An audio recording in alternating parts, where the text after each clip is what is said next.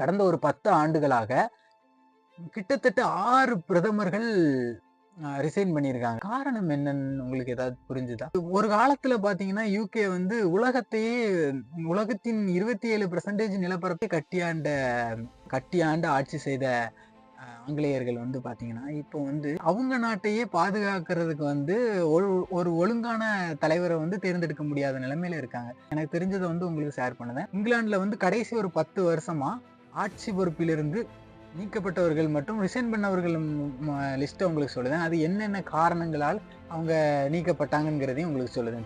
David Cameron என்பவர் வந்து 2010 to 16 வரைக்கும் ஆட்சியில இருந்தார். இவர் வந்து எதற்காக தனது பிரதமர் பதவியை ராஜினாமா செய்தார் அப்படிங்கிறத வந்து பார்ப்போம். பிரிட்டன் வந்து ஐரோப்பிய ஒன்றியத்துல வந்து நீடிக்க வேண்டுமா அப்படிங்கிற ஒரு வாக்கெடுப்பை நடத்தினார்.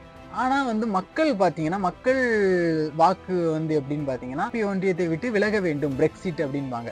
விலக வேண்டும் தான் வாக்களிச்சாங்க. அப்போ வந்து இவர் என்ன இந்த முடிவை எதிர்க்கும் நான் பதவியில் நீடிப்பது வந்து நல்லதல்ல அப்படின்னு சொல்லிட்டு அவர் ரிசைன் பண்ணாரு. தெரசா மேங்கிறவங்க வந்து 2016 to 19 3 வருஷம் ஆட்சி பண்ணாங்க. இவங்க ரிசைன் பண்றதுக்கான ரீசன் என்னன்னு பாத்தீங்கன்னா, வந்து பிரிட்டன் வந்து ஐரோப்பிய ஒன்றியத்திலிருந்து வெளியேறுவதற்காக நாடாளுமன்றத்தில் பலமுறை தீர்மானத்தை கொண்டு வந்தார்.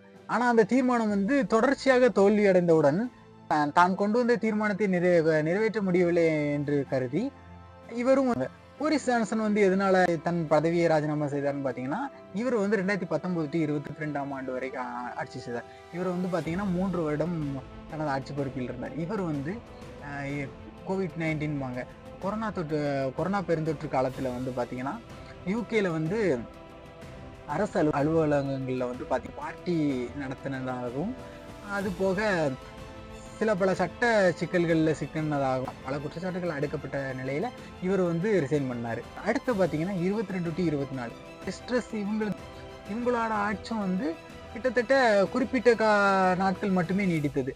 இவர் ஆட்சி வந்து நீக்கப்பட்டது அப்படிங்கிறது வந்து பாத்தீங்கன்னா, லிஸ்ட்ரஸ் இவங்க வந்து கொண்டு வந்த பொருளாதார சட்டங்கள் வந்து மினி பட்ஜெட் அப்படின்பாங்க. இவரு கொண்டு வந்த மினி பட்ஜெட் வந்து பிரிட்டன் பொருளாதாரத்தில் வந்து மிகப்பெரிய வீழ்ச்சியை சந்திச்சது.